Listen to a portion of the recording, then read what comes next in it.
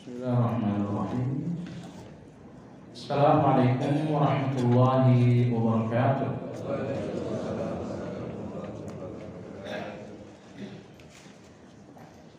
Alhamdulillah, nahmaduhu wa nasta'inuhu wa nastaghfiruh wa na'udzu billahi min shururi anfusina wa min sayyiati a'malina. Man yahdihillahu fala mudilla lahu wa man yudlil fala hadiya lahu.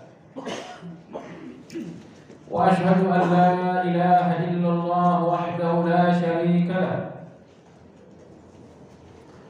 wa ashhadu anna Muhammadan abduhu wa rasuluhu la nabiyya ba'dahu. Allahumma shalli wa sallim ala Muhammad wa ala alihi wa ashabihi wa man ihtada bihadihi ila yaumiddin. Ya ayyuhalladzina amanu taqullaha haqqa tuqatih wa la tamutunna illa wa antum muslimun. Kaum muslimin wal muslimat rahimakumullah.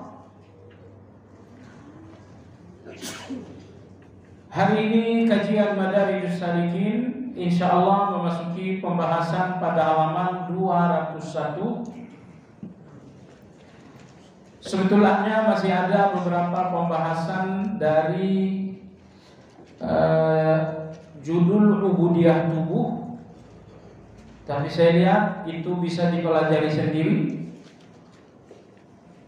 Maka malam hari ini insyaallah kita memasuki bab yang baru pada halaman 201.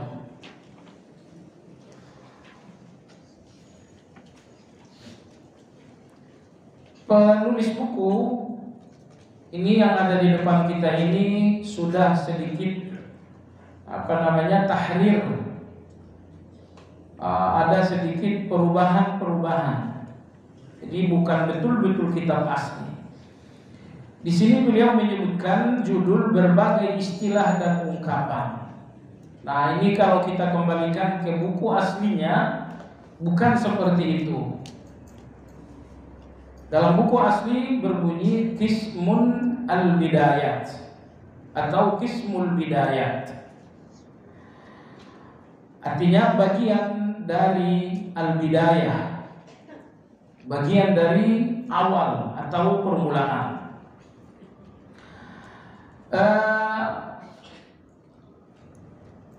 Perjalanan hati menuju Allah Subhanahu wa taala tentu memiliki awal. Dari titik awal tersebut, hati berproses berjalan menuju Allah, melewati beberapa persinggahan-persinggahan. Nah, titik awal dari perjalanan hati menuju Allah dinamakan dengan al-bidayat.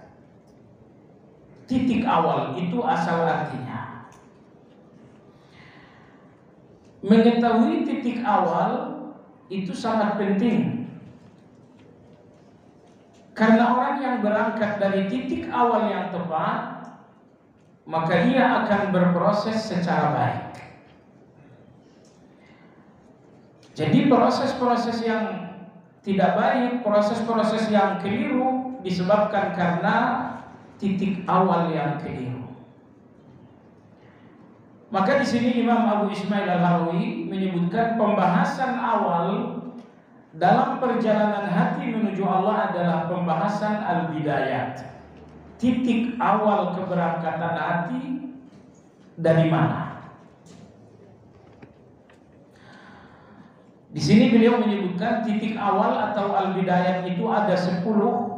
Yang pertama yaqzah, berikutnya nanti basirah, lalu kemudian taubat, dan selanjutnya.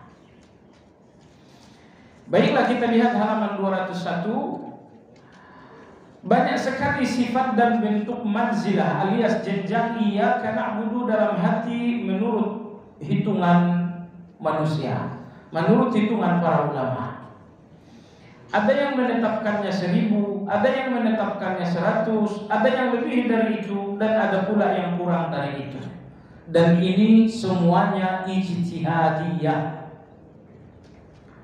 Sebagian ulama ada yang mengatakan persinggahan-persinggahan hati dalam perjalanan menuju Allah ada 1000 persinggahan.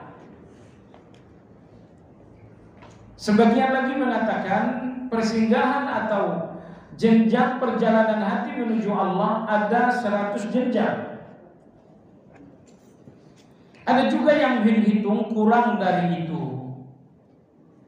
Nah, soal angka dan soal hitungan ini adalah ijtihadiyah.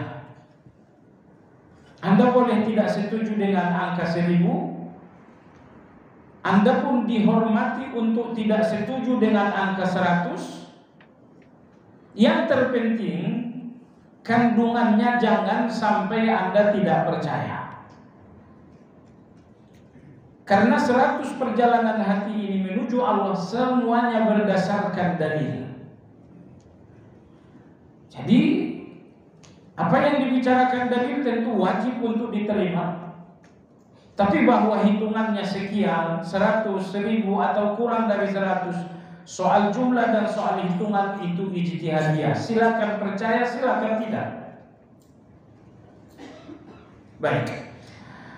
Jemaah sekalian yang saya hormati, kemudian beliau mengatakan manzilah yang pertama, jenjang perjalanan yang pertama adalah yaqazah. Kenapa Imam Abu Ismail yang kemudian diikuti oleh Imam Ibnu Qayyim menyebutkan manzilah ataupun jenjang perjalanan? Karena memang ibadah ini adalah perjalanan menuju Allah. Allah menyebutnya dengan siratal mustaqim, jalan yang lurus. Jihad itu oleh Allah disebut dengan sabilillah, jalan Allah. Dakwah itu pun disebutkan oleh Allah dengan jalan, qul hadhihi sabili. Nah, jadi banyak ayat tadi yang menyebutkan bahwa ibadah menuju Allah adalah perjalanan. Ulama kita mengatakan perjalanan menuju Allah sangat panjang, padahal usia yang Allah berikan sangat pendek. Sudahlah usia itu sangat pendek, perjalanan terkadang menanjak, terkadang menikung, sesekali ada turunan. Dan orang-orang yang tidak mempersiapkan diri akan jatuh dalam perjalanan, enggak akan sampai pada tujuan. Tapi yang terpenting jemaah sekalian, perjalanan yang panjang namun dengan usia Anda yang sangat pendek, bagaimana Anda menyikapi? Bagaimana dengan usia yang pendek ini Anda bisa menuntaskan perjalanan yang panjang? Baiklah, sekali lagi saya katakan, perjalanan ini sukses atau tidak tergantung titik awal. Kalau titik awalnya baik, proses perjalanan akan baik. Tapi titik keberangkatan yang buruk dan salah akan berakibat proses perjalanan pun terganggu. Imam Abu Ismail mengatakan bahwa Imam Abu Ismail ini menulis kitab Manazilus Sa'irin. Kemudian disyarah oleh Imam Ibnu Qayyim menjadi Madarijus Salikin. Jadi dua nama ini akan sering kita sebutkan dalam kajian Madarijus Salikin. Kenapa Imam Ibnu Qayyim perlu menjabarkan kitab Manazilus Sa'irin itu? Pertama, buku ini memang punya bobot. Sayangnya disimpangkan oleh orang-orang tasawuf falsafi, sehingga banyak pernyataan-pernyataan Imam Abu Ismail yang disimpangkan, lalu muncullah teori dan ritual-ritual yang rusak.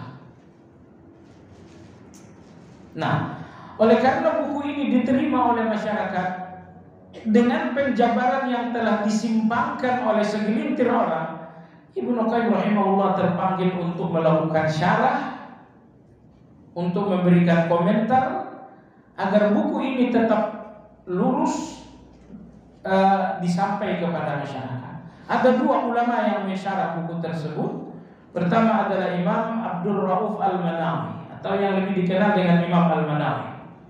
Beliau menyebutnya dengan Syarah Manazilus Sa'ilin. Lalu buku yang kedua adalah Madarijus Salikin, ditulis oleh Imam Ibnu Qayyim. Dan beberapa ulama kontemporer berusaha juga untuk mengkaji, untuk meringkas, untuk menyederhanakan kitab Madarijus Salikin ini. Seorang ulama dari Baghdad, saya lupa namanya, beliau meringkas Madarijus Salikin menjadi Tahzib Madarijus Salikin. Lalu ada juga Madarijus Salikin yang telah yang telah diteliti, beberapa bagiannya dibuang. Ini dilakukan oleh Syekh Hamid Al-Faqih dan lain-lain, dan ini yang ada di tangan kita. Dan ringkasan kitab Madarijus Salikin yang paling simpel ditulis oleh sebuah tim di Saudi dengan judul Al-Iksir. Alhamdulillah buku-buku ini saya punya, Al-Iksir, Tahzib Madarijus Salikin, Syarah Manazilus Sa'ilin, dan ini kitab aslinya Madarijus Salikin. Tapi memang kalau kita belajar menggunakan ringkasan-ringkasan gak enak, gak kenyang. Harus tetap merujuk kepada buku aslinya. Baiklah, jemaah sekalian, Imam Abu Ismail Al-Harawi, beliau hidup di tahun 408 Hijriah. Ya, 1 abad setelah berlalu Qurun Mufaddalah, setelah berlalu 3 generasi yang terbaik. Lalu kemudian disyarah oleh Imam Ibnu Qayyim yang lahir di akhir abad ke-6, 600 sekian Hijriah. Berarti jarak antara kitab dasar dengan kitab syarah ini sekitar 2 abad sekian. Baik. Imam Abu Ismail mengatakan bahwa titik awal menuju Allah ada 10. Yang pertama adalah yaqazah. Apa yang dimaksud dengan yaqzah? Yaqzah artinya adalah kesadaran. Itulah titik awal.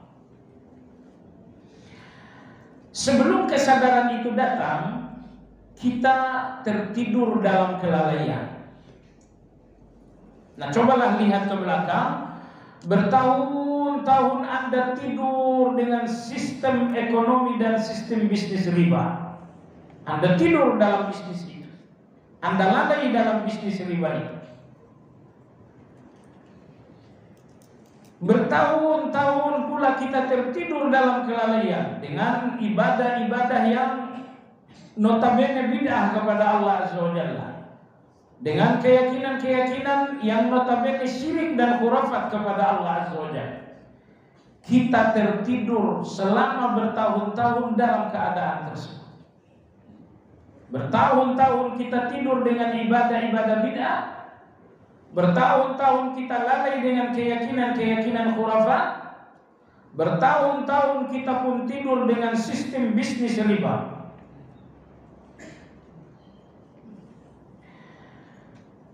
Coba sekalian, hingga akhirnya sampailah kepada kita sebuah nasihat dan peringatan. Terdengarlah dakwah, didengarlah ceramah. Melalui dakwah, melalui ceramah tersebut, bahkan kadang-kadang melalui sebuah peristiwa, kita pun menemukan kesadaran. Kesadaran ini yang dinamakan dengan yaqazah. Nah, dari kesadaran inilah titik awal kita mulai melakukan perjalanan. Dan kita menyebutnya perjalanan hijrah. Imam Ibnu Qayyim rahimahullah dalam kitab lain, beliau mengatakan perjalanan hijrah tidak boleh berhenti. Sesuai dengan kekeliruan dan kekurangan kita, Terkadang kita berhijrah dari bid'ah menuju sunnah. Kita pun berhijrah dari syirik khurafat menuju tauhid. Kita pun harus berikutnya harus berhijrah dari berbagai kekurangan menuju perbaikan-perbaikan. Sehingga perjalanan hijrah itu nggak boleh selesai. Sesuai dengan proses perbaikan diri kita yang memang nggak pernah selesai. Kalau hijrah dari syirik menuju tauhid mungkin itu sudah selesai. Hijrah dari bid'ah menuju sunnah mungkin dalam proses selesai. Tapi hijrah dari sikap yang selalu marah menuju sikap yang menjadi lembut, ini hijrah yang masih perlu dituntaskan. Hijrah dari akhlak yang buruk menjadi hijrah menjadi akhlak yang baik. Hijrah dari kebiasaan minjam uang tanpa kembali menjadi minjamin, bukan minjam lagi, atau minjam tapi dengan kembali. Jadi ada begitu banyak kekurangan yang membutuhkan proses hijrah menuju perbaikan. Maka orang yang berhenti dari hijrah berarti mereka berhenti dari proses perbaikan. Sekali lagi, prinsip hijrah itu adalah bagaimana Anda bergerak meninggalkan kekurangan menuju kesempurnaan. Itulah hijrah. Dan itu gak ada selesainya. Kemarin kita sholat, ikhlasnya sudah, mutabaahnya sudah, tapi khusyuknya masih cedera, pemahamannya masih lemah. Kalau Anda masih punya kekurangan, masih memiliki kelemahan, berarti Anda gak boleh berhenti hijrah untuk menggerakkan perubahan dari kelemahan itu menuju perbaikan lagi dan perbaikan lagi. Makanya tadi saya katakan di awal, perjalanan ini sangat panjang namun dengan usia kita yang sangat pendek. Imam Abu Ismail mengatakan 4 manzilah, artinya adalah jenjang perjalanan. Jenjang. Yang pertama adalah yaqzah, yaitu kesadaran. Yang kedua adalah fikrah, yaitu berfikir. Yang ketiga adalah basirah. Yang keempat adalah azam. Ini satu rangkaian. Yaqzah, fikrah, azam, kemudian basirah, dan kemudian azam. Nanti akan kita lihat satu persatu. Ini baru langkah awal di dalam titik keberangkatan.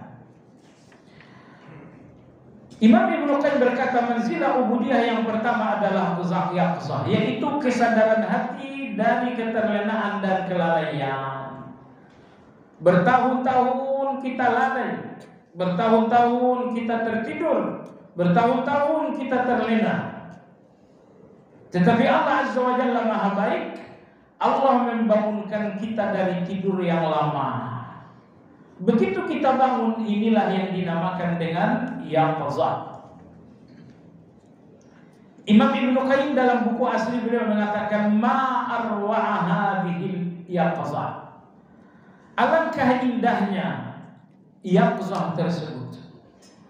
Di dalam tidur enggak ada hubungan dengan Allah. Di dalam lalai lemah hubungan dengan Allah Azza wa Jalla. Lalu kemudian Allah bangunkan kita sehingga kita dapatkan kesadaran. Dari kesadaran itulah kita mulai membangun hubungan dengan Allah. Imam Ibnu Qayyim mengatakan, demi Allah alangkah bermanfaatnya kesadaran ini. Semuanya berawal dari sadar. Sadar bahasa Indonesia atau bahasa Arab? Bahasa Arab, bukan bahasa Indonesia. Sadar itu bahasa Arab dalam bentuk mufrad. Bentuk jamaknya sudur. Yuwaswisu fi sudurin nas. Sudur itu sadar. Sudur itu jamak, sadar itu mufrad. Sadar artinya dada. Lalu di sini diartikan sadar. Lalu dalam bahasa Indonesia, sadar itu intinya hati. Beliau mengatakan alangkah indahnya kesadaran ini, alangkah besar kemuliaan dan urgensinya. Barang siapa merasakan kesadaran, niscaya Allah akan menyegerakan kemauannya untuk berangkat menuju manzilah yang pertama, ke tempat penawaran hatinya. Jadi apabila Allah telah memberikan seseorang kesadaran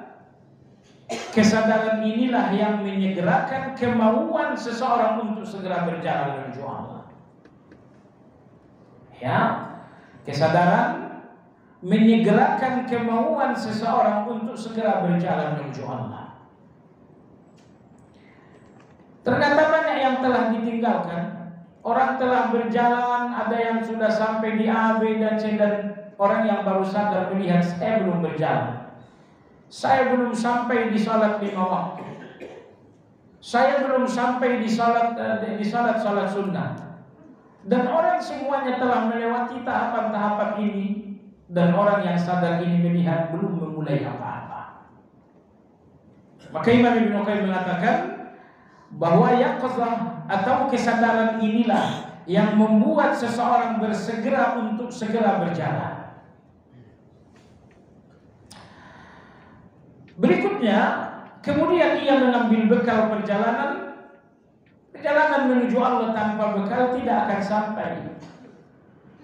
Ya, karena saya katakan tadi perjalanan ini panjang. Anda membutuhkan bekal yang tidak boleh habis. Bekal yang tidak boleh habis itu antara lain di sini dikatakan pergi kepada manzilah azam, yaitu tekad yang bulat. Betapapun Anda telah sadar dari kelalaian, namun tanpa azam dan tekad untuk berjalan, Anda tetap berada di tempat. Azam atau tekad inilah yang menggerakkan kita untuk bangkit, untuk berjalan, untuk berjuang. Azam artinya tekad.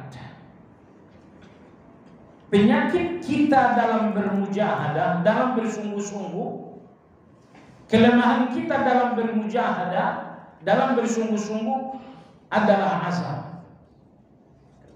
Kalau azam kita lemah, kesungguhan kita 100% akan lemah.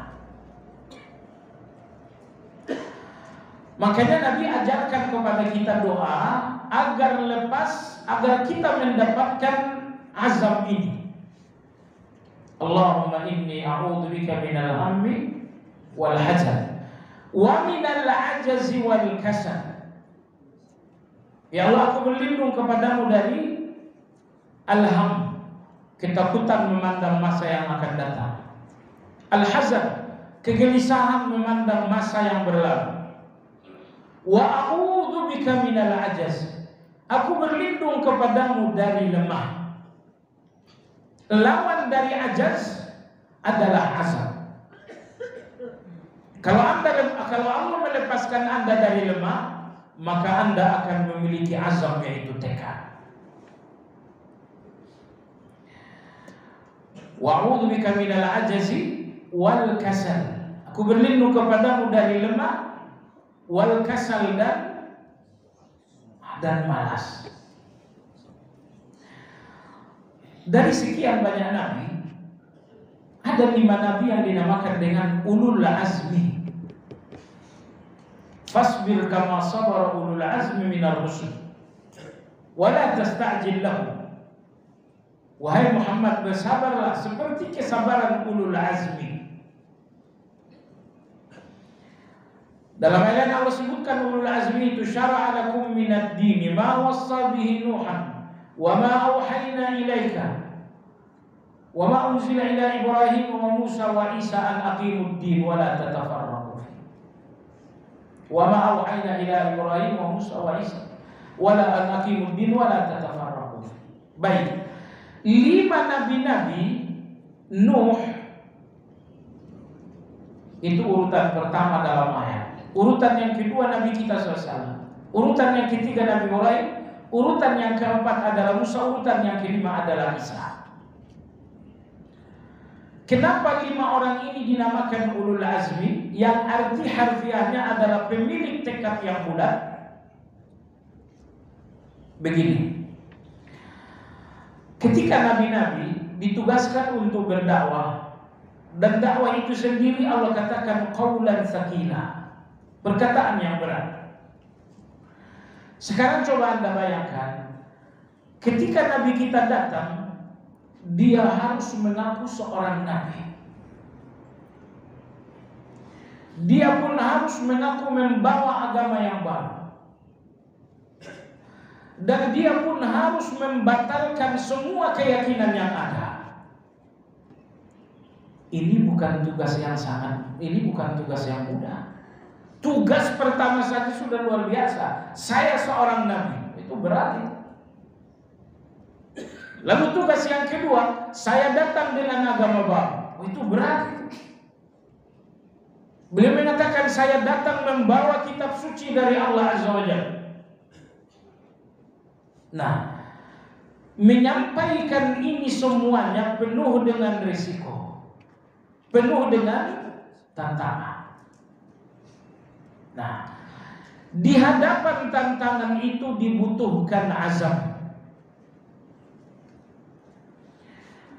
Jadi dibutuhkan azam untuk menghadapi tantangan. Satu, dalam proses dengan menjalani tantangan demi tantangan, yang mungkin setiap hari tantangan semakin berat, dibutuhkan azam yang kedua untuk terus melangkah dan jangan mundur. Karena sikap lemah ada dua. Melihat tantangan Anda akhirnya mundur, ini lemah yang pertama. Atau melihat tantangan itu Anda masih maju, tapi dalam proses berikutnya akhirnya Anda nggak kuat, Anda pun mundur. Sehingga kita membutuhkan azam untuk memulai sebuah tantangan, dan kita pun membutuhkan azam untuk menuntaskan tantangan. Dan hanya ada 5 orang nabi yang paling tangguh dalam hal ini, yaitu Nabi Nuh, Nabi kita sallallahu alaihi wasallam, Nabi Ibrahim, Musa dan Isa.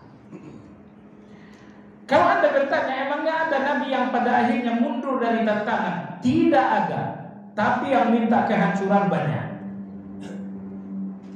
Hud alaihi salam, setelah bertahun-tahun dalam tantangan yang luar biasa, akhirnya beliau mengatakan, ya Allah, hukum orangnya. Begitupun dengan Nabi Saleh, begitupun dengan Nabi Yunus. Dengan azam mereka menyambut dan menjalani tantangan, dan dengan azam pula mereka menghadapi tantangan.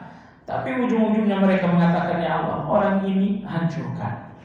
Nuh alaihi salam, coba lihat azam beliau, 950 tahun di dalam tantangan. Kita tantangan 2 hari sudah mulai mundur, tantangan 3 hari sudah mulai mundur. Maka Nabi Nuh alaihi salam dinamakan dengan ulul azmi karena dia mampu mempertahankan azam sampai 950 tahun. Baiklah jemaah sekalian yang saya hormati, jadi semua nabi-nabi ulul azam dinamakan ulul azam, yang artinya adalah pemilik tekad yang mulia, karena tekad mereka yang sangat tangguh dan kokoh. Mereka lihat tantangan tapi mereka tetap maju. Dalam proses maju mereka rasakan tantangan tapi tetap tuntas. Nabi Musa pada akhirnya minta hukuman, bukan? Iya, dia minta hukuman, tapi setelah perjuangan yang sangat panjang dengan tantangan yang lebih berat. Baiklah. Maka di sini Imam Ibnu Qayyim mengatakan, kemudian ia mengambil bekal perjalanan. Bekal perjalanan yang pertama, pergi ke manzilah azam, yaitu tekad yang bulat untuk menempuh perjalanan. Tekad yang bulat ini atau azam ini tidak boleh mundur, tidak boleh masuk angin. Apa yang membuatnya masuk angin? Wa a'udzubika minal ajaz wal kasal, malas. Bertekad, antar malam saya sholat malam, tekadnya boleh itu. Tapi begitu Anda bangun, Anda nggak bisa melawan ngantuk, malas mengikat seluruh persendian Anda, akhirnya tekad Anda kalah dengan malas. Ingat jamaah sekalian, semua orang yang sungguh-sungguh itu modal mereka, bekal mereka adalah azam salah satunya. Tekad yang bulat. Menyingkirkan semua halangan dan rintangan. Kalau perjalanan ibadah ini perjalanan tanpa rintangan, tidak lagi ada orang munafik dan tidak lagi ada orang kafir. Tapi jamaah sekalian yang saya hormati, perjalanan ibadah adalah perjalanan penuh tantangan dan rintangan, penuh ujian dan cobaan. Dan menyertai semua yang dapat menolong dan menyampaikan kepada tujuan. Iya, azam itulah yang menyertai. Jangan sampai lepas dari azam. Karena azam inilah yang menolong dan menyampaikan kepada tujuan. Kalau tidak ada azam, Anda nggak sampai kepada tujuan. Nah lalu yang membuat azam itu hilang adalah al-ajaz wal kasal. Sikap lemah dan sikap malas. Itu yang membatalkan azam. Sesuai dengan kesempurnaan kesadaran dan keinsapan, maka sejauh itu pula azam. Ini sangat penting. Seberapa besar Anda sadar, sebesar itulah Anda akan memiliki azam. Ingat jemaah sekalian, tidak semua kebaikan itu ada dalam kesadaran kita. Banyak kebaikan yang memang Anda sudah sadari. Sholat 5 waktu Anda sudah sadar. Karena kesadaran Anda untuk sholat 5 waktu sangat sempurna, maka azam Anda untuk sholat 5 waktu pun azam yang sangat kokoh. Tapi jemaah sekalian, memaafkan orang yang bersalah itu membutuhkan kesadaran. Ketika kesadaran Anda untuk memberikan maaf, kesadaran yang lemah, maka azam Anda, tekad Anda untuk memaafkan pun menjadi lemah juga. Dalam surat Asy-Syura ayat 40 Allah berfirman, wa jazaa'u sayyi'ati sayyi'atun mithluha. Kalau kalian diperlakukan buruk, balas keburukan itu dengan keburukan yang sama. Dengan keburukan yang sama. Jangan balas satu keburukan dengan 2 keburukan. Allahu Akbar, kita udah pernah cerita. Sewaktu Umar bin Khattab radhiyallahu anhu berkunjung ke Madain, gubernurnya adalah Sa'ad bin Abi Waqqas. Umar mengumpulkan rakyat. Beliau ingin melakukan kuisioner, cuman nggak pakai buku dan tulisan. Kuisioner secara langsung. Beliau berkata, apa keluhan kalian tentang gubernur ini? Oh, muncullah seorang laki-laki yang cari-cari muka. Cari muka itu nama lain dari riya. Berdirilah seseorang yang cari-cari muka. Beliau mengatakan, wahai Amirul Mukminin, gubernur ini punya 3 kejahatan. Dia perintahkan kami berjihad dan dia nggak ikut berjihad. Ghanimah hasil jihad seharusnya dibagi-bagi, ternyata dia makan sekenyang-kenyangnya sendirian. Dan yang ketiga, dia pun tidak melayani kami. Setidaknya sekali dalam seminggu beliau tak melayani. Berapa tuduhan? 3. Sa'ad bin Abi Waqqas, sahabat yang sampai mati doanya tidak ditolak oleh Allah. Dan itu berawal dari perang Badar. Ketika terjadi perang Badar, satu-satunya yang memiliki panah Sa'ad bin Abi Waqqas. Ini punya pedang, yang ini punya golok, yang ini punya lembing, kalau yang ini punya tombak. Tapi satu-satunya yang memiliki panah Sa'ad bin Abi Waqqas. Maka Rasulullah SAW mengatakan, wahai Sa'ad, silahkan didik. Maka Sa'ad mengambil anak panah, dan ketika ditarik busurnya beliau mengatakan, ya Allah, tempatkan sasaran didikan ini. Itu doa Sa'ad. Rasulullah SAW mendengarkan Sa'ad berdoa, beliau angkat tangan, Allahumma ajib li Sa'ad. Ya Allah, kabulkanlah doa Sa'ad. Sejak hari itulah sampai beliau wafat, doa beliau tidak pernah ditolak oleh Allah. Nah, hari itu dalam kunjungan Amirul Mukminin ke kota Madain, muncullah seorang laki-laki yang ria, cari-cari muka. Beliau mengatakan, wahai Umar, wahai Amirul Mukminin, ini Gubernur Sa'ad bin Abi Waqqas punya 3 kejahatan.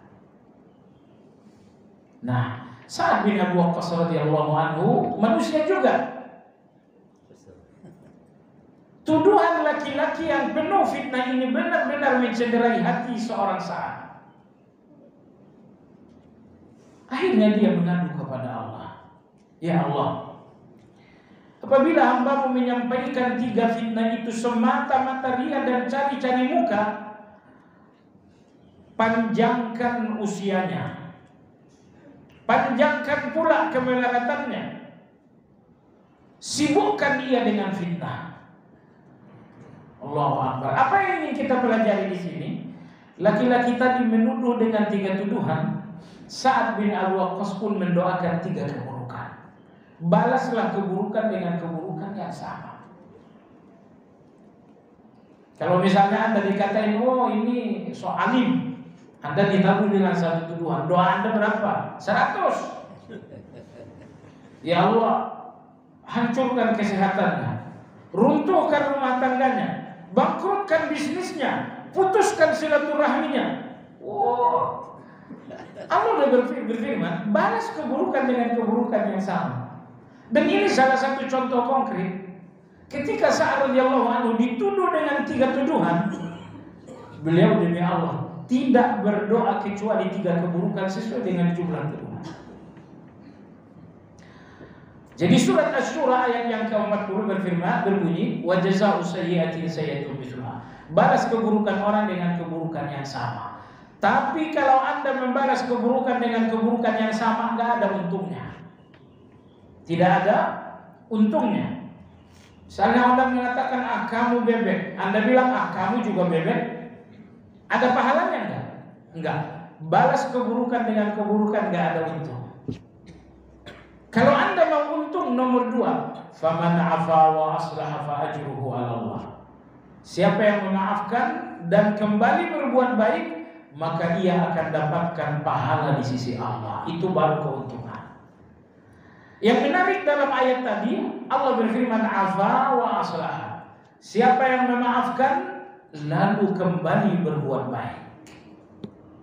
Ulama kita mengatakan, orang yang memaafkan tapi tidak kembali berbuat baik, sejatinya tidak dinamakan memaafkan. Ya udah, kamu saya maafin, tapi tidak kembali berbuat baik, Anda tidak dinamakan memaafkan sebelum Anda kembali berbuat baik. Innallaha la yuhibbul mu'tadin. Sesungguhnya Allah tidak menyukai orang-orang yang zalim. Apa hubungannya dengan kajian kita? Tadi kita katakan banyak kebaikan ada dalam kesadaran Anda. Kesadaran Anda untuk beberapa kebaikan itu pun sangat bagus, sehingga kesadaran yang bagus itu menghasilkan azam dan tekad yang kuat. Kesadaran Anda untuk berpuasa Ramadan, kesadaran yang bagus. Dari kesadaran yang bagus itu muncul azam, tekad Anda untuk berpuasa, tekad yang bagus juga. Tapi saya katakan, memaafkan orang lain adalah satu kebaikan. Tapi apakah ini ada dalam kesadaran Anda yang baik? Tidak. Kesadaran kita untuk memaafkan orang lain kesadaran yang lemah. Ya, buktinya kalau kita sangat sakit sekali, kita nggak ada lagi asa. Maka di sini Imam Ibnu Qayyim mengatakan, tekad seseorang sesuai dengan kesadaran. Kesadaran yang sempurna menghasilkan tekad yang kuat. Tapi kesadaran yang rendah menghasilkan tekad yang lemah. Baik jemaah sekalian, di mana Anda dapatkan kesadaran itu? Kesadaran itu Anda dapatkan dari ilmu. Yang kedua, kesadaran itu Anda dapatkan dari hidayah. Sehingga kesadaran itu Anda peroleh dengan 2 cara. Cara yang pertama adalah cara ikhtiar. Cara yang kedua adalah dengan cara berdoa kepada Allah Azza wa Jalla. Ketika kesadaran itu adalah sebuah ilmu, itu berarti Anda harus berikhtiar. Tapi ketika kesadaran itu adalah sebuah hidayah, berarti Anda harus berdoa. Ya, jadi Anda keliru kalau mengatakan kesadaran itu bahwa kita belajar. Anda keliru walaupun tidak fatal. Atau mungkin Anda katakan kesadaran itu murni hidayah, Anda pun keliru. Makanya nabi-nabi berdakwah, karena dakwah ini adalah proses menyampaikan ilmu, dan dengan dakwah inilah kesadaran itu kemudian tersampaikan. Nah, tetapi jamaah sekalian, kalau kesadaran Anda sumbernya adalah ilmu, ini kesadaran yang lemah. Ini bukan kesadaran yang kuat. Anda membutuhkan kesadaran yang lebih tangguh lagi, yaitu hidayah dari Allah Azza wa Jalla. Sehingga kalau kesadaran antara ilmu dan hidayah telah bersatu, ini menghasilkan azam, menghasilkan sebuah tekad kepada Allah Azza wa Jalla. Dan sesuai dengan kekuatan azamnya, maka sejauh itu pula persiapan Anda untuk berjalan menuju Allah. Perjuangan Anda untuk berjalan menuju Allah, perjuangan Anda sesuai dengan tingkat azam, tekad. Dan azam Anda pun sesuai dengan tingkat kesadaran. Anda lihat anak kecil, kesadaran mereka minus, kesadaran mereka sedikit. Maka anak-anak kecil ini nyaris tidak ada azam untuk berbuat baik. Tidak ada azamnya untuk sholat malam, tidak ada azamnya untuk zikir pagi petang. Kenapa? Anak kecil tidak ada kesadaran, maka tidak ada pula azam. Baik jamaah sekalian yang saya hormati. Berikutnya, apabila seseorang sadar, maka kesadaran ini akan menimbulkan fikrah, yaitu kecerdasan dan kecermatan hati terhadap tujuan yang ia telah membuat persiapan untuk secara garis besar, meskipun ia belum mendapatkan petunjuk. Jadi maksudnya, kata Ibnu Qayyim, begitu seseorang sadar, ternyata selama ini saya tidur, ternyata selama ini saya lalai. Orang sudah berjalan jauh menuju Allah, saya belum mulai apa-apa. Hal pertama yang Anda butuhkan setelah sadar adalah fikrah, yaitu berpikir. Berpikir Anda mulai dari mana? Caranya bagaimana? Fikrah inilah yang seharusnya disebutkan di sini dengan ilmu. Apa bedanya fikrah dengan ilmu? Ilmu itu Al-Quran dan hadis, itu ilmu. Proses Anda memahami ilmu itu dinamakan dengan fikrah. Anda punya buku, itu ilmu. Nah, proses Anda menggali ilmu dari buku tersebut, itu dinamakan dengan fikrah. Nah, jadi orang yang sadar perlu fikrah, perlu pemahaman yang mendalam terhadap kebenaran. Supaya apa? Supaya dia tahu mulai dari mana, selanjutnya kemana. Banyak orang-orang yang sadar tapi tidak ada fikrah, tidak ada pemahaman. Akhirnya mereka keluar dari keburukan untuk memasuki yang seolah-olah baik. Ini camkan baik-baik. Ada dua, keburukan, yang kedua seolah-olah kebaikan. Keburukan itu keburukan, seolah-olah kebaikan itu kebaikan atau bukan? Nah, seolah-olah kebaikan, yang seolah-olah kebaikan ini keburukan atau kebaikan? Keburukan juga, tapi seolah-olah. Kenapa? Ini keburukan tapi dipoles berbagai macam poles sehingga seolah-olah kebaikan. Bid'ah itu bukan keburukan tapi seolah-olah kebaikan. Karena bid'ah itu dipoles. Apa hukum ulang tahun?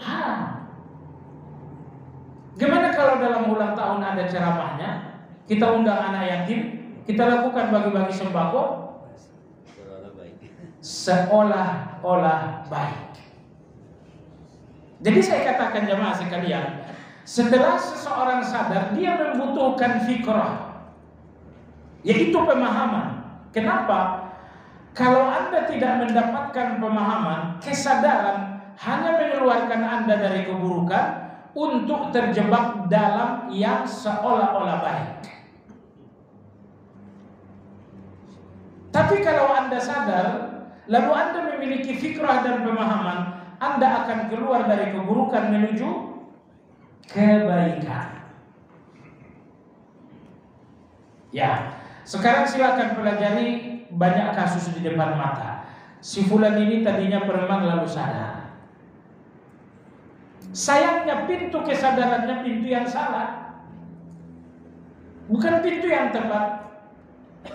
Akhirnya setelah keluar dari keburukan sebagai seorang preman, maka dia jatuh kepada yang seolah-olah baik. Apa itu? Maka dia anggaplah misalnya, sederhananya deh, selama ini dia penyanyi, nyanyi asmara, dangdut campur sari. Kemudian dia dapatkan kesadaran, tapi kesadaran itu tidak lantas bersambung dengan pemahaman. Apa yang terjadi? Dia keluar dari kemungkaran nyanyi asmara untuk memasuki nyanyi religi yang seolah-olah baik. Seolah-olah baik. Keluar dari satu kemungkaran, keburukan, untuk kemudian menjadi seolah-olah baik. Apa ini jemaah sekalian? Inilah orang yang mendapatkan kesadaran tapi gagal mendapatkan pemahaman. Gagal mendapatkan pemahaman. Sehingga kesadaran tanpa pemahaman hanya mengeluarkan seseorang dari keburukan untuk kemudian memasuki yang seolah-olah baik. Nah, semoga Anda masih ingat, ghairil maghdubi alaihim, mereka orang Yahudi, mereka adalah orang-orang buruk. Ad-dallin, mereka adalah orang-orang Nasrani, mereka adalah orang yang seolah-olah baik. Ya, jadi ada buruk, ada yang seolah-olah baik. Seolah-olah baik itu aslinya keburukan tapi dipoles dengan kebaikan. Nyanyi dan joget itu jelas-jelas mungkar. Tapi ketika kemudian ada religinya, kemungkaran ini syubhat, tersamar karena telah dipoles dengan agama. Baiklah jemaah sekalian yang saya hormati. Maka di sini Imam Ibnu Qayyim rahimahullah taala mengatakan, setelah seseorang mendapatkan yaqzah yaitu sadar, maka dia membutuhkan fikrah yaitu pemahaman. Alinea berikutnya, apabila fikrahnya sudah benar, pemahamannya sudah benar, maka ia akan mendapatkan basirah. Ini yang ketiga. Dari pemahaman itu Anda akan sampai kepada satu tingkat ilmu yang paling tinggi. Ilmu yang paling tinggi ini dinamakan dengan basirah. Subhanallah, Anda masih ingat? Gini, zina itu hukumnya haram. Itu pemahaman, itu ilmu. Karena zina itu haram, Anda melihatnya terlarang. Tapi orang-orang yang ahli basirah, mereka melihat zina bukan sekedar barang haram. Mereka mengatakan zina itu neraka, zina itu kehancuran. Jadi kalau ilmu hanya memberikan Anda wawasan yang dangkal, ilmu itu terlarang, titik. Kalau terlarang Anda akan menjauhi. Baik. Tetapi basirah lebih dalam lagi. Zina itu neraka. Sehingga zina enggak cuma Anda jauhi, tapi Anda takuti. Berbeda antara orang yang menjauhi dan orang yang takut. Baik. Kalau Anda sekedar memiliki ilmu dan pemahaman, Anda katakan riba itu dosa besar. Akhirnya Anda menghindar. Tapi kalau Anda telah melihat riba dengan basirah, Anda mengatakan apa itu riba? Riba itu laknat. Riba itu pertempuran dengan Allah. Riba itu kehancuran harta benda. Maka basirah memberikan Anda lebih dalam daripada sekedar paham dan ilmu. Bedanya apa itu? Kemungkaran yang Anda tahu dengan ilmu akan Anda tinggalkan. Tapi kemungkaran yang Anda tahu dengan basirah, Anda akan takut. Berbeda antara sekedar meninggalkan dan takut.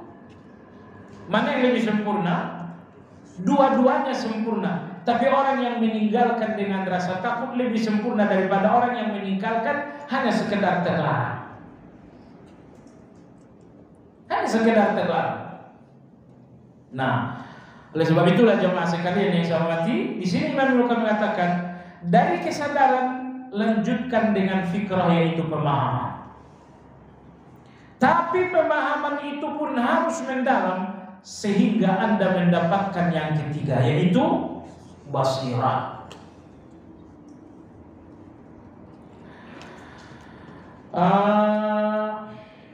Saya ingin kita langsung ke bawah saja, karena ini penjelasan dan di bawah ini semacam kesimpulan. Jadi basirah adalah cahaya yang dipancarkan oleh Allah ke dalam hati seseorang, yang dengannya dia melihat hakikat dari apa yang diinformasikan oleh Rasul. Inilah ternyata basirah itu.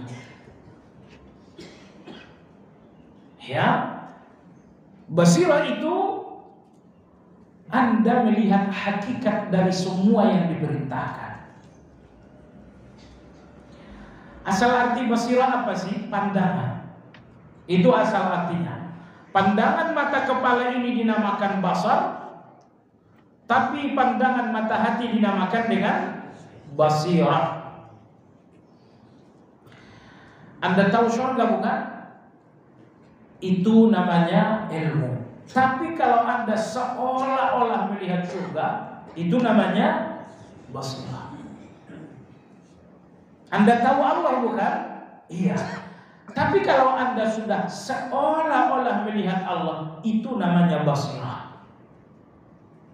Nah, secara umum bagaimana Anda bisa seolah-olah melihat Allah? Jawabannya dengan informasi dan ilmu yang detail tentang Allah. Kalau ilmu Anda tentang Allah ilmu yang global saja, jelas Anda tidak akan mampu seolah-olah melihat Allah.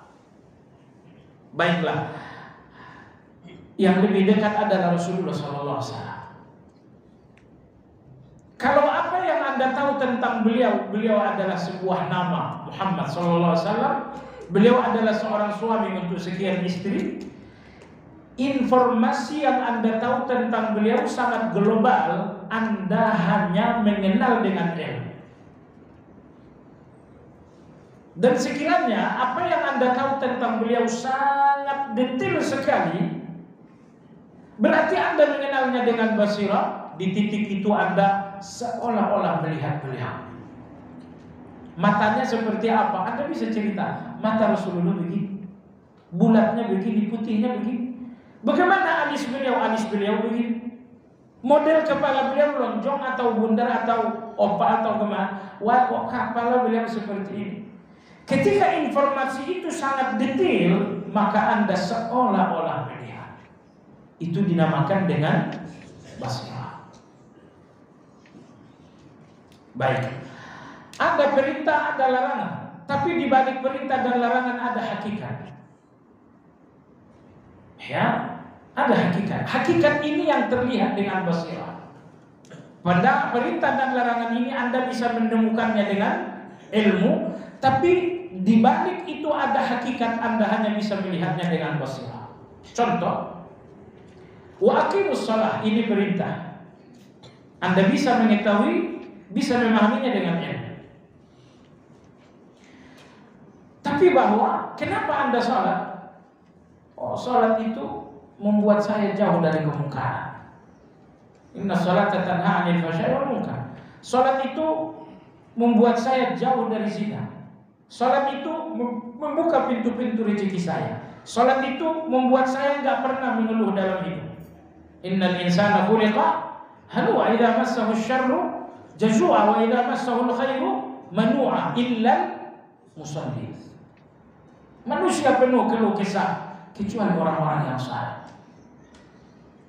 Jadi kalau Anda salat karena diperintah, ilmu namanya. Tapi kalau Anda salat karena melihat salat itu begini, itu dinamakan basirah. Coba sekalian, kalau menjalankan perintah modal ilmu, Anda sekedar taat, dan itu sangat baik. Tapi kalau satu perintah Anda jalankan dengan modal basirah, Anda akan menikmati. Ya, salat ini kalau bagi Anda hanya sebuah ilmu, Anda akan taat menjalaninya dengan penuh istiqamah. Itu sangat bagus.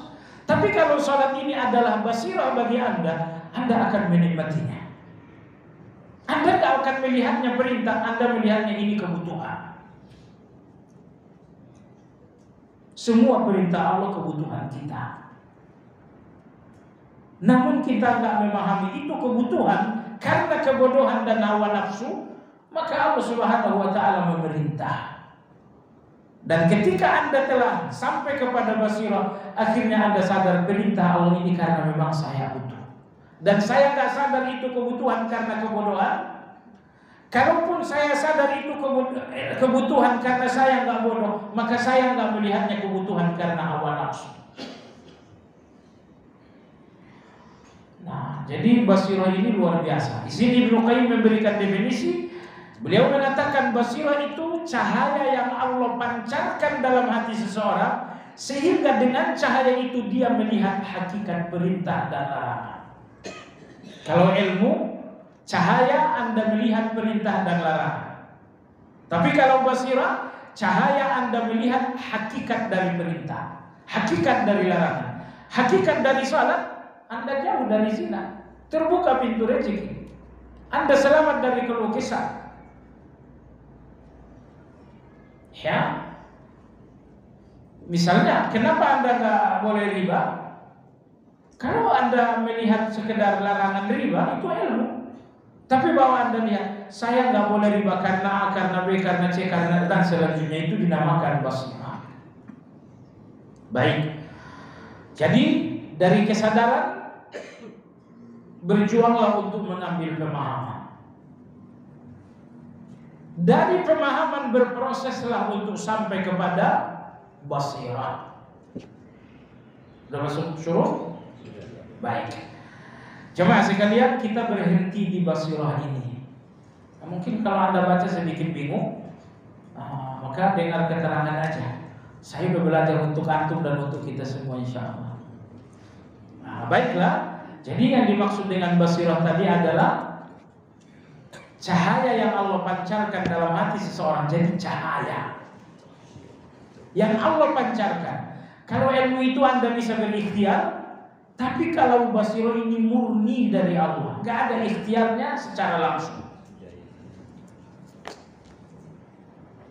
Mungkin Anda masih ingat kajian Asmaul Husna. Cahaya dalam hati seseorang, nur. Allahu nurus samawati wal ardh. Lalu tentang jiwa manusia Allah mengatakan nurun ala nur. Tapi itu ayat 35 dalam surat An-Nur. Beberapa ayat sebelumnya Allah mengatakan qul lil mu'minin yaghuddu min absarihim wa yahfadhu furujahum sampai akhir. Subhanallah. Kalau Anda lihat jemaah sekalian, surat yang dinamakan surat An-Nur berbicara bahwa Allah adalah nur, berbicara bahwa hati orang yang beriman adalah nurun ala nur. Surat yang dinamakan An-Nur itu apa sih pembicaraan di dalam? Pembicaraan di dalam sebetulnya cuma satu, hindari syahwat. Itu saja. Maka begitu Anda buka surat An-Nur, suratun anzalnaha wa faradna, ayat kedua Allah berfirman, siapa yang berzina maka kemudian Allah sampai lanjutkan cerita zina. Inilah Aisyah dituduh berzina. Selesai cerita itu kemudian Allah berfirman, wahai kalian, tundukkan pandangan. Kemudian Allah berfirman, kalau kalian masuk rumah, ketuk dan minta izin dululah, karena di dalam juga ada perempuan. Jadi surat An-Nur dari awal sampai akhir hanya berbicara satu hal, berbicara tentang jauhi syahwat. Pembicaraan menjauhi syahwat ini dinamakan dengan surat An-Nur. Makanya nur dalam hati Anda yang dinamakan dengan basirah itu tidak akan bersinar kalau Anda masih kotor dan tercemari dengan syahwat. Tentu nggak mungkin syahwat Anda mati karena Anda hidup. Namun syahwat itu tundukkan, kuasai. Ya, karena ada orang yang dikuasai syahwat, ada orang yang menguasai syahwat. Mematikan syahwat nggak mungkin, nggak boleh. Maka ada orang yang ingin puasa tiap hari, kata Nabi tidak boleh. Ada syahwat yang nggak boleh dimatikan syahwat. Tugas Anda cuma menguasainya. Nah, begitu Anda mampu menguasai syahwat, percayalah, basirah akan terpancar dalam hati Anda. Maka Ibnu Qayyim rahimahullah mengatakan, Allah berbicara tentang nur setelah Allah berbicara tentang tundukkan pandangan. Faktor utama nur dalam hati seseorang padam adalah karena syahwat yang tidak bisa diatasi. Bahkan dalam sebuah hadis diriwayatkan oleh Imam Ahmad rahimahullah taala, cuma saya belum tahu kesahihannya, zahirnya adalah hadis sahih. Kata Nabi SAW, seorang hamba dihalangi dari halawatul iman disebabkan karena pandangan yang kotor. Halawatul iman, manisnya iman, tidak diperoleh disebabkan karena hati yang selalu dicemari dengan syahwat. Ya, demikian pembicaraan hari ini, mudah-mudahan bermanfaat.